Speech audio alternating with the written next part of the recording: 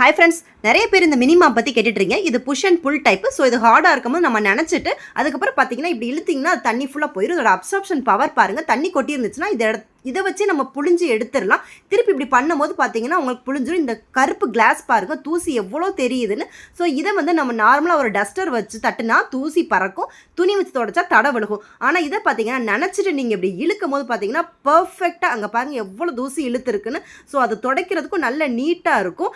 இதை கிளாஸ் வச்சு பண்ணும்போது நீங்கள் இதில் ஸ்ப்ரே கூட யூஸ் பண்ணிக்கலாம், கிளாஸ் கிளீனரும் யூஸ் பண்ணிக்கலாம். இது பார்க்குறதுக்கு பளபளன்னு இருக்கும். அதே மாதிரி பார்த்தீங்கன்னா நம்ம ஃப்ரிட்ஜ் இந்த மாதிரி அப்ளையன்சஸ் எல்லாமே இது க்ளீன் பண்ணலாம். நம்ம ஷோகேஸும் நம்ம இதை க்ளீன் பண்ணலாம். முடியெல்லாம் இருந்தால் அப்படியே இருக்கும், அப்படியே ஒட்டிட்டு வந்துடும். அதுக்கப்புறம் டைனிங் டேபிள்லாம் பார்த்தீங்கன்னா சாப்பிட்டு முடிச்சுட்டு நம்ம ஸ்ப்ரே அடிச்சுட்டு இதில் துடைக்கும் போது பார்த்தீங்கன்னா ரொம்ப பளிச்சுன்னு இருக்கும். நம்ம நார்மல் துணியை விட இது ரொம்ப பெஸ்ட்டாக இருக்கும். இந்த மூளை முடுக்கெல்லாம் போகாத இடத்துக்குள்ளேயும் இது நல்லா போயிடும். ஸோ இதெல்லாம் முடிச்சுட்டு நம்ம கழுவுறதுக்கு பார்த்தீங்கன்னா இந்த கழட்டிட்டு கழுவலாம். அப்படி நார்மலாக கழுவிட்டு ஸ்க்யூஸ் பண்ணிவிட்டு